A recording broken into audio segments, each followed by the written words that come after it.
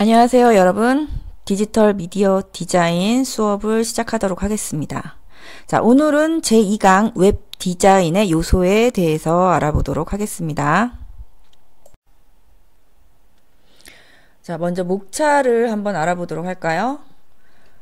첫 번째, 학습 개요입니다. 학습에 들어가기 앞서서 전체 내용을 한번 훑어보는 그런 시간을 가져보도록 하고요. 두 번째, 웹 디자인을 할 때 고려할 요소에 대해서 알아보도록 합니다.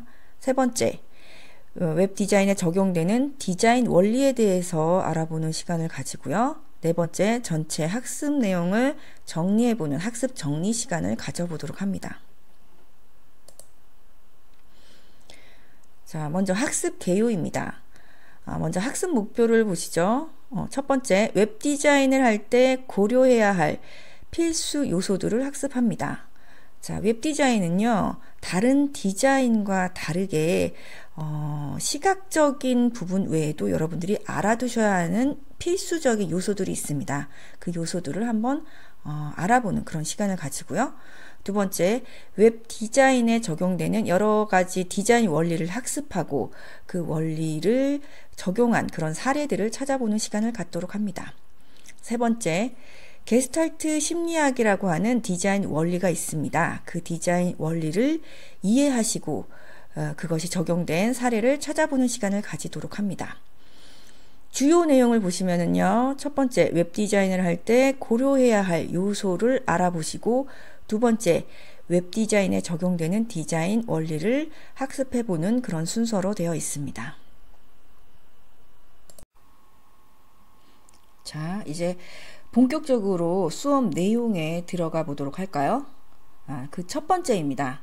웹 디자인을 할 때 고려할 요소입니다. 웹 디자인을 할 때 고려할 요소를 세 가지 카테고리로 나누어서 설명을 드리고자 합니다. 바꿔 얘기하면 웹 디자이너가 가지고 있어야 할 능력이라고 바꿔 얘기할 수도 있겠습니다. 자, 첫 번째로는 정보 디자인 요소입니다. 두 번째, 기술 디자인 요소, 세 번째, 시각 디자인 요소, 이 세 가지로 나누어서 설명을 드리겠습니다.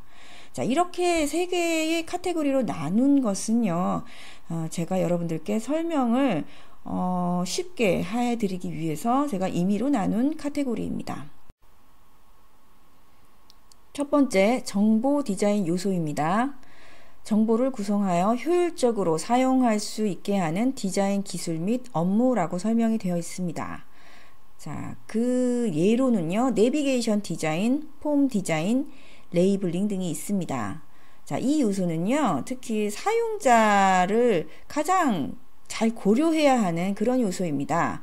여러분들이 흔히 들어왔던 UI라고 하는 유저 인터페이스 또는 사용성, 유저빌리티 이런 것과 연상을 시켜주시면 좋은 그런 요소라고 생각하시면 되겠습니다. 자, 두 번째, 기술 디자인 요소입니다. 웹 디자인을 구현하는 데 필요한 기술을 습득하여 기술을 반영한 디자인이라고 설명이 되어 있고요. 파일 형식과 컬러 모드, 비트맵 이미지와 벡터 이미지 등 이런 소소한 그런 기술 외에도 IT 트렌드를 반영한 그런 기술까지 웹 디자이너들이 알고 있으셔야 하는 그런 요소들입니다. 자, 세 번째, 시각 디자인 요소. 타깃 사용자가 선호하며 타깃 사용자의 감성을 자극하는 디자인을 제공하는 것이라고 설명이 되어 있고요. 감성에 맞는 디자인 스타일과 함께 가독성, 여백, 비례 등도 웹 디자인의 중요한 시각 디자인 요소입니다. 웹 디자인을 할 때 고려할 요소 중 그 첫 번째 정보 디자인 요소에 대해서 먼저 자세하게 살펴보도록 할까요? 자, 그 첫 번째로 내비게이션 디자인입니다. 내비게이션 디자인이란 사이버 공간에서 사용자가 쉽게 이동할 수 있도록 수단을 디자인하는 것이다 라고 되어 있는데요. 쉽게 얘기해서 사용자가 그 사이트 페이지를 왔다 갔다 이동할 수 있도록 만들어주는 디자인입니다.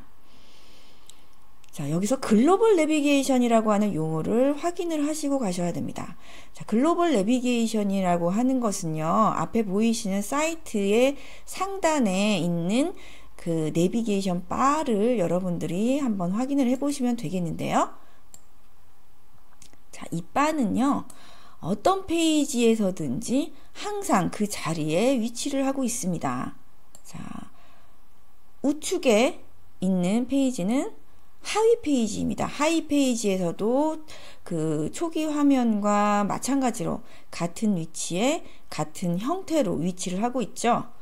자, 이렇게 모든 페이지에서 보여주는 내비게이션을 글로벌 내비게이션이라고 합니다. 자, 그렇다면 특정 페이지에서 보여주는 내비게이션은 무엇이라고 할까요? 네, 로컬 내비게이션이라고 합니다. 자, 로컬 내비게이션은 뭐 어떤 페이지에서는 있을 수도 있고 어떤 페이지에서는 없을 수도 있고 하기 때문에 뭐 일관성 있게 적용이 되는 그런 내비게이션은 아니겠죠. 하지만 이렇게 글로벌 내비게이션처럼 모든 페이지에서 보여주는 내비게이션은요, 형태와 위치가 똑같이 일관성 있게 제공이 되어야 됩니다. 자, 그런데 지금 이 사이트를 한번 보시면은요, 첫 번째 페이지에서는 글로벌 내비게이션의 위치가 상단에 있지 않고요, 상단에서 조금 내려와 있죠. 근데 하이 페이지에서 보니까 글로벌 내비게이션의 위치가 상단으로 붙었습니다.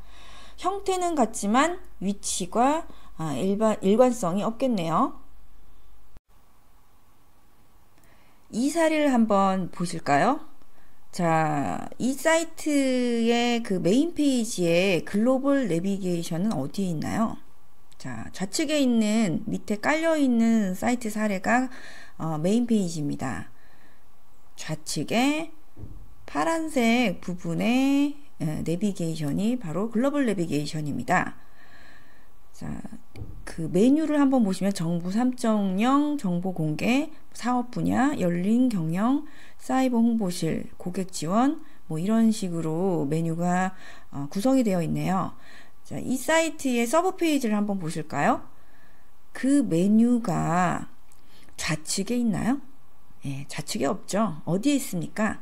상단에 붙어 있습니다. 상단에 정부 3.0, 정보 공개, 사업 분야, 열린 경영, 뭐 이런 식으로 메뉴가 구성이 되어 있는 것이 상단으로 올라가 있어요. 그런데 형태도 다른데 위치도 완전 다르죠. 이런 경우에 사용자가 쉽게 사용할 수 있을까요? 메인 페이지에서 봤던 그 메뉴가 왼쪽에 있었는데 서브 페이지에서도 당연히 왼쪽에 있을 거라는 기대를 가지고 이 서브 페이지로 이동을 했을 겁니다. 그런데 그 위치가 그리고 그 형태가 동일하게 제공이 안 된다면 사용자는 상당히 그 사용하기 불편할 것을 예상을 합니다. 자, 이번에는 정보 디자인 요소 중 폼 디자인을 살펴보도록 하겠습니다. 회원 정보, 결제 정보, 배송 정보 등의 입력 양식을 디자인하는 것을 얘기합니다. 자, 이런 양식은요, 사용자가 사용을 많이 하는 그런 기능이 있는 디자인입니다. 예를 들어서 지금 사례로 보이는 페이지를 보시면은요, 굉장히 많은 양의 정보를 입력을 할 것을 요구를 하고 있습니다. 여러분들이 보시기에는 이 왼쪽 사례가 잘 디자인된 사례라고 생각하시나요? 한눈에 보기에도 굉장히 많은 양의 정보를 입력할 것을 요구하고 있죠. 이런 경우 사용자는 인지적 부담감을 느끼게 됩니다. 자, 오른쪽 사례를 한번 보실까요? 이 오른쪽 사례는 왼쪽에 있는 페이지를 변경한 사례입니다. 자, 왼쪽에 있는 많은 양의 그 폼 내용들을 3단계로 나누어서 단계적으로 사용자에게 제공을 하고 있습니다. 자, 그리고요, 첫 번째 페이지에서는 오로지 하나의 그 입력, 금액만을 요구를 하고 있죠. 얼마를 기부할 것이냐. 예, 상당히 간단하고 부담감도 덜어줄 것으로 예상이 됩니다. 정보 디자인 요소 중 이번에는 레이블링에 대해서 알아보도록 하겠습니다. 자, 레이블링이라고 하는 용어에 대해서 확인해 보실 필요가 있는데요. 레이블링은 이름을 결정하는 그런 작업을 얘기를 합니다. 그 중에서 아이콘과 명칭을 함께 사용한 아이콘 레이블에 대해서 알아볼 예정인데요. 이것은 글자 레이블보다 많은 정보를 전달할 수 있지만 몇 가지 제약도 따르게 됩니다. 아래 사례를 한번 보시면은요, G마켓 상품 카테고리, 위메프 상품 카테고리, 그리고 쿠차 상품 카테고리 등 쇼핑몰에서 많이 사용되고 있는 상품 카테고리의 아이콘 레이블이 사례로 지금 제시가 되고 있죠.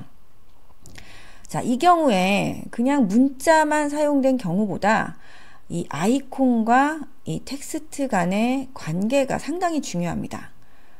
이 이미지가, 즉 아이콘이 이 문자를 부연 설명해 줄 수 있는 그런 이미지가 아니라 전혀 상관없는 이미지로 사용하게 된다면 어떤 정보를 파악하는 데 있어서 혼란을 줄 수밖에 없겠죠.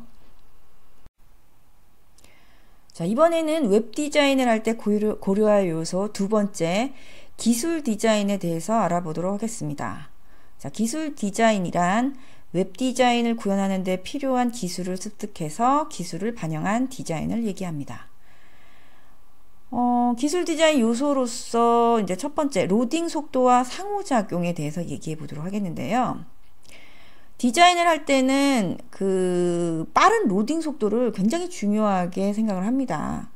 웹에 있어서는요. 문제는 웹페이지 로딩 속도랑 디자인 효과가 상반된 관계에 있다는 점인데요. 아무래도 디자인적인 요소를 많이 집어넣다 보면은 그러한 그 요소들이 그 많은 용량을 차지한다는 문제가 있겠죠. 자, 기술 디자인 요소 두 번째, 비트맵 이미지와 벡터 이미지에 대한 얘기를 해볼까 하는데요. 여러분들 뭐 포토샵이나 일러스트레이터를 사용해 보신 경험이 있으실 겁니다. 자, 비트맵 이미지, 벡터 이미지. 뭐 포토샵에서는 주로 이제 사진을 사용하다 보니까 비트맵 이미지를 주로 다루었죠. 자, 한 가지의 컬러 정보를 가진 픽셀을 모아 만든 오브젝트를 말한다라고 정의되어 있는데요. 좌측에 보이시는 사례 이미지가 비트맵 이미지를 확대시켜 놓은 이미지입니다. 하나하나 그 픽셀들이 모여서 하나의 이미지를 만들고 있어요. 자, 그렇다면 벡터 이미지는 일러스트레이터를 사용해 보셨다면 아마 대부분 여러분들이 벡터 이미지를 만드셨을 겁니다. 기준점과 방향선 등의 정보를 모아서 만든 오브젝트를 이야기합니다. 우측에 있는 사례를 보시면은 굉장히 깨끗하게 면적인 그 오브젝트들로 이루어진 이미지가 바로 벡터 이미지가 되겠습니다.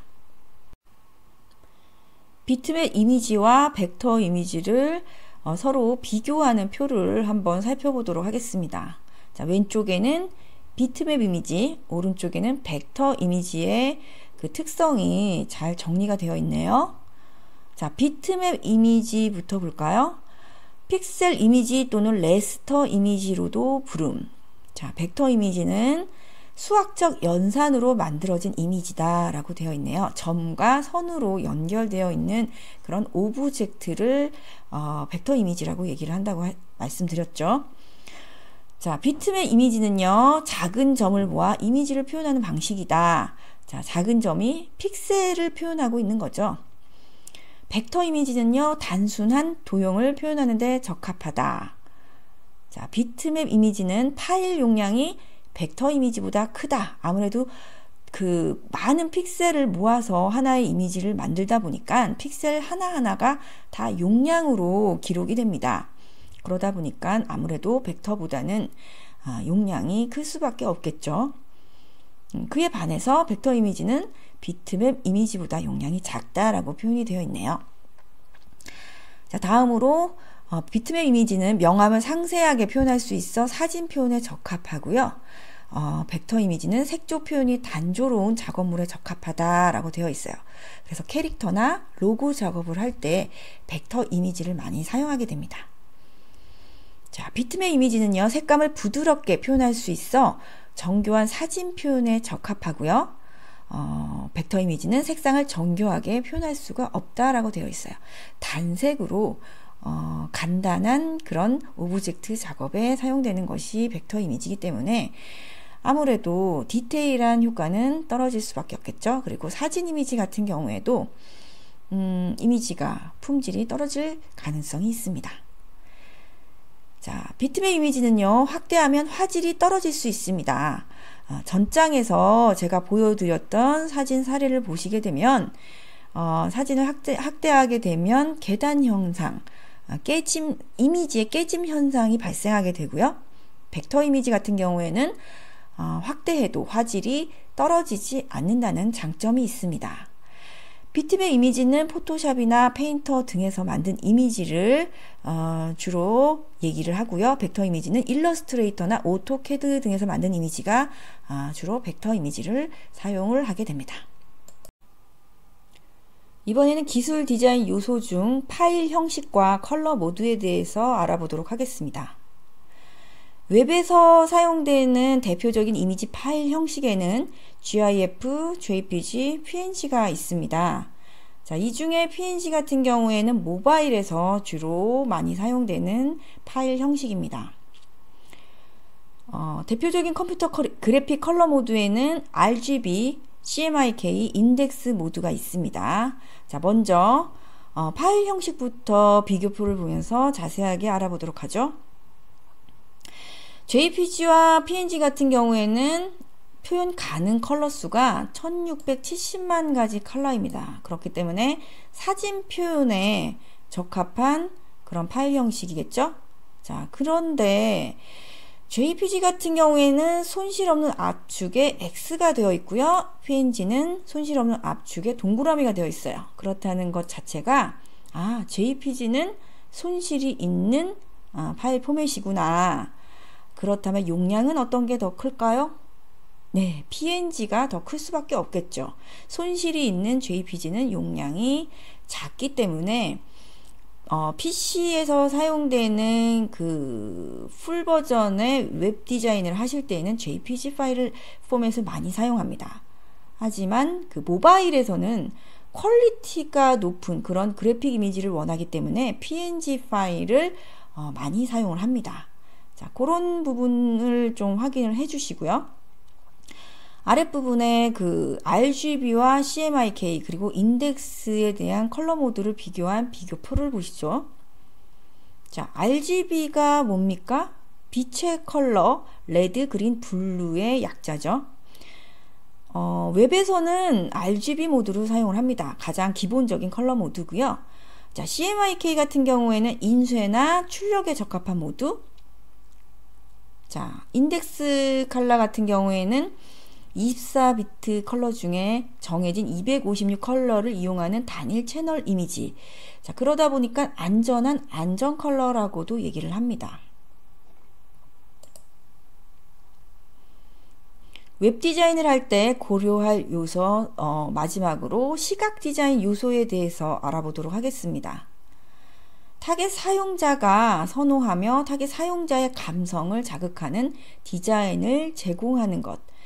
디자이너의 역량이 가장 중요한 부분이라고 할 수 있겠죠.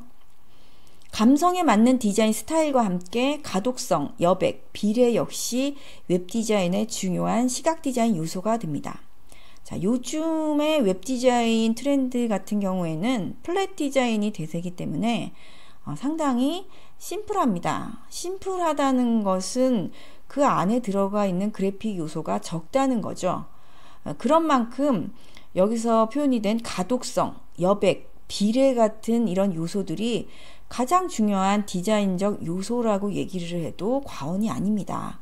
가장 기본적이면서 기본에 충실한 디자인이 가장 어려운 디자인이다 라고 얘기를 할 수 있겠습니다. 자, 시각 디자인 요소 중에 초기 화면 비주얼 영역에 대해서 한번 살펴보도록 하겠습니다. 파노라마 배경 이미지 스타일인데요. 자, 초기 화면 비주얼 영역은 초기 화면에서 가장 넓게 사용되는 디자인 영역이죠. 큰 이미지가 함께 사용이 되는 경우가 많은데요. 이렇게 전체적으로 큰 이미지를 배경으로 사용한 그런 디자인 스타일을 얘기를 합니다. 이번에는 이미지와 글자를 함께 사용한 초기 화면 비주얼 영역에 대해서 살펴보도록 하겠습니다. 자, 이러한 그 사례에서는요, 사용할 이미지가 잘 보이는지, 글자가 잘 읽히는지, 전달하려는 메시지가 잘 전달되는지 이 세 가지를 모두 고려해서 디자인해야 합니다. 대부분의 메인 페이지, 즉 초기 화면에서 이러한 그 형태를 가장 많이 사용하고 있죠. 자, 이미지와 글자를 함께 사용한 형식에는 이렇게 그 타이틀 이미지에도 많이 사용이 되고요. 그리고 배너에서도 많이 사용이 되고 있습니다.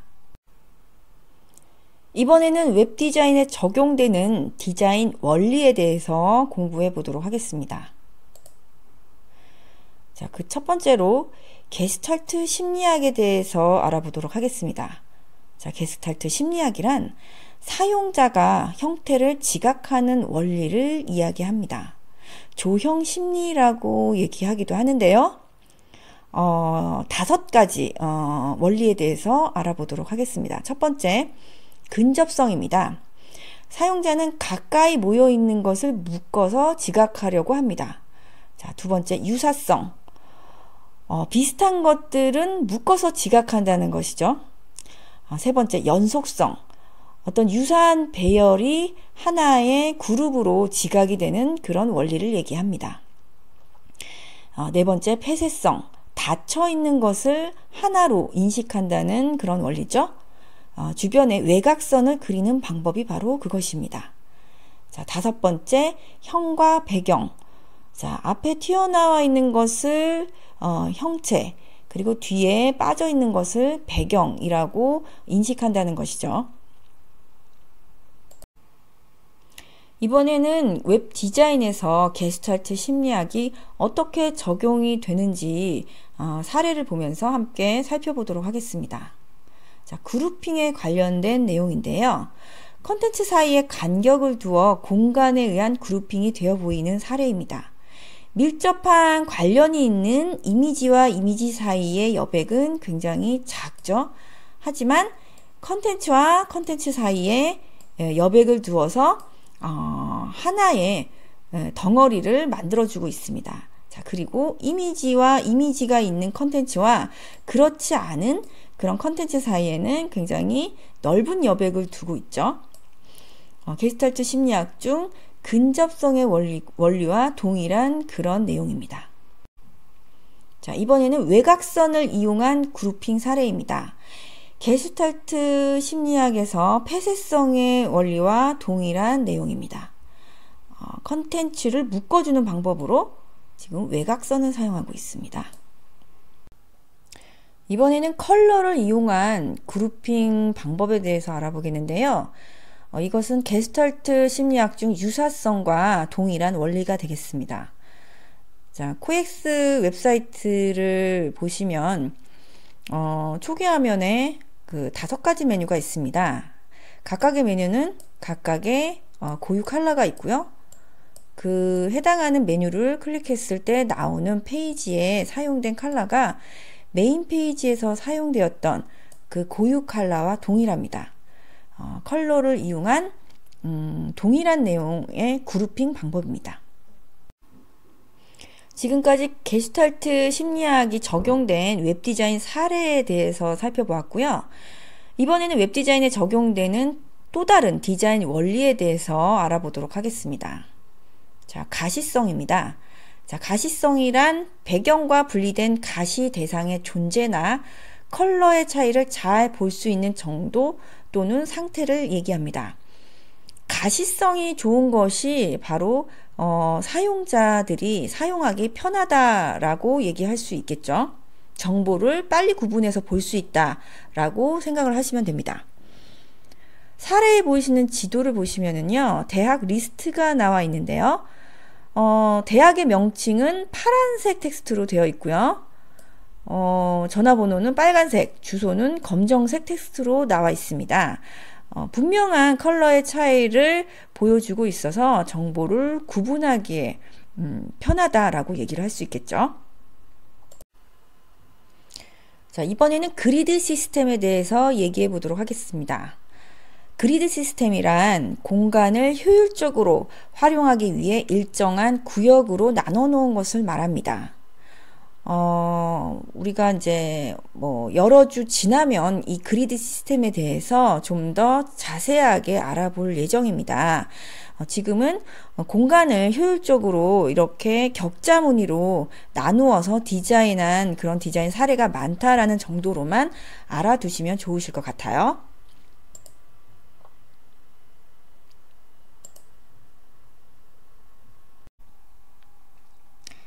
자, 웹디자인에 적용되는 디자인 원리 중 일관성에 대해서 알아보도록 하겠습니다. 일관성이란 하나의 웹사이트 또는 여러 웹사이트에서 지켜지고 있어 굳이 학습하지 않아도 쉽게 사용할 수 있는 법칙을 말합니다. 자, 일관성에는 두 가지로 나누어 볼 수 있겠는데요. 내부적 일관성과 외부적 일관성입니다. 내부적 일관성은 말에서도 알 수 있듯이 하나의 웹사이트 안에서 일관성이 느껴지도록 디자인하는 것을 말하고요. 외부적 일관성은 우리 사이트 외에도 다른 사이트에서도 다 지켜지고 있는 그런 일관성을 같이 우리 사이트에서도 적용을 시키고자 하는 그런 내용을 바로 외부적 일관성이라고 얘기를 합니다. 이 부분은 사용성하고도 상당히 많이 관련이 있는 요소이기 때문에 정확하게 이해를 하시고 웹디자인 하실 때 잘 적용을 하시기 바라겠습니다. 자, 내부적 일관성에 대한 내용을 한번 살펴보도록 하겠습니다. 일정한 규칙에 따라 웹사이트를 제작해서 일관성이 느껴지도록 디자인하는 것인데요. 하나의 웹사이트 안에서 만들어야 하는 다양한 요소들이 있습니다. 그러한 요소들을 일관성 있게 디자인하시면 되는데요. 어떤 것들이 있을까요? 기능을 하는 버튼의 디자인 일관성, 글자와 그래픽의 일관성, 레이아웃의 일관성, 조절 요소의 위치, 크기, 조작법 등의 통일된 약속. 우리 수업 초반에 내비게이션, 글로벌 내비게이션의 위치와 형태는 일관성 있게 적용이 돼야 된다라고 말씀을 드린 부분 있죠. 자, 이 부분이 바로 내부적 일관성에 해당하는 얘기입니다.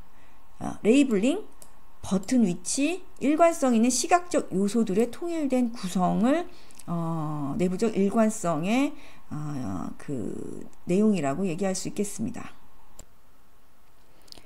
이번에는 외부적 일관성에 해당하는 내용을 살펴보도록 하겠습니다.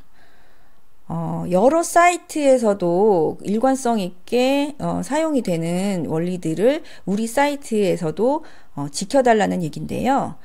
게시판의 기본적인 아이콘의 일관성, 예를 들어서 쓰기, 수정, 삭제 등의 어떤 버튼의 일관성을 얘기를 합니다. 홈으로 이동하는 내비게이션의 일관성, 대부분의 홈으로 이동하는 내비게이션은 로고를 클릭했을 때 홈으로 이동하게 됩니다. 그런 일관성을 우리 사이트 제작에서도 지켜달라는 얘기예요. 웹사이트의 하단 푸터 영역에 있는 저작권 부분의 일관성.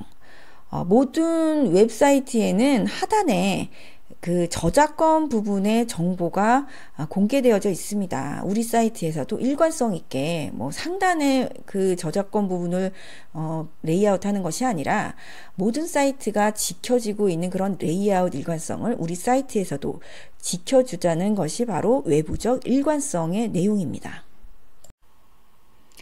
지금까지 배운 내용을 한번 정리해 보도록 합시다. 자, 웹디자인의 요소를 세 가지로 나누어서 설명을 드렸어요. 정보 디자인 요소, 기술 디자인 요소, 시각 디자인 요소 이렇게 세 가지로 나뉘어서 설명드렸는데요. 정보 디자인이란 정보를 구성하여 효율적으로 사용할 수 있게 하는 디자인 기술 및 업무를 얘기한다라고 말씀드렸고요. 그 요소로는 내비게이션 디자인, 폼 디자인, 아이콘 레이블 등에 대한 그 사례를 여러분들께 설명을 드렸습니다. 자, 두 번째, 기술 디자인이란 웹 디자인 구현에 필요한 기술들을 습득해서 기술을 반영한 디자인을 하는 것이다 라고 말씀드렸고요. 그 요소로는 로딩 속도와 상호작용, 비트맵 이미지, 벡터 이미지, 파일 포맷, 컬러 모드에 대해서 자세히 알아보았고요. 그 밖에도 여러분들이 IT 트렌드에 관련된 기술들을 점차적으로 다양하게 습득을 하시는 것이 좋다라고 설명을 드렸습니다. 자, 마지막으로 시각 디자인 요소입니다. 타겟 사용자의 감성을 자극해서 선호하는 디자인을 제공하는 것이고요. 그 요소로는 그 디자인 스타일과 미적인 요소들, 그리고 가독성, 여백의 조절, 비례 이런 것들이 상당히 중요한 시각 디자인적 요소다라고 말씀을 드렸어요.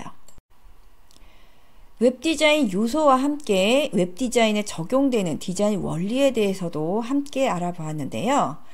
게슈탈트 심리학에 대해서도 구체적으로 알아보았고요. 그 밖에 가시성, 그룹핑, 그리드 시스템, 강조성, 일관성 등에 대한 디자인 원리에 대해서도 알아보았습니다. 자, 연습 문제가 있습니다. 자, 지금까지 배우신 내용들을 토대로 해서 여러분들이 그 사례들을 찾아보는 그런 시간을 가져보도록 하겠는데요. 첫 번째, 웹사이트 하나를 선택해서 웹디자인에 적용되는 가시성, 그룹핑, 그리드 시스템, 강조성, 일관성 등의 디자인 원리들이 잘 적용되어 있는지 평가를 해보시고 팀별로 한번 토론을 해보시는 시간을 가져보도록 하겠습니다. 자, 두 번째로 웹사이트에서 사용자가 형태를 지각하는 원리인 게슈탈트 심리학의 사례를 찾아보시고 팀별로 그 사례에 대해서 논의해보는 시간을 가져보도록 하겠습니다. 다음 주 3주차에는 웹 이미지 보정하기에 대해 학습해 보겠습니다. 이번 시간 이론이 많아서 힘드셨죠? 다음 시간에는 실습과 함께 찾아오도록 하겠습니다. 1시간 동안 수고 많으셨습니다. 감사합니다.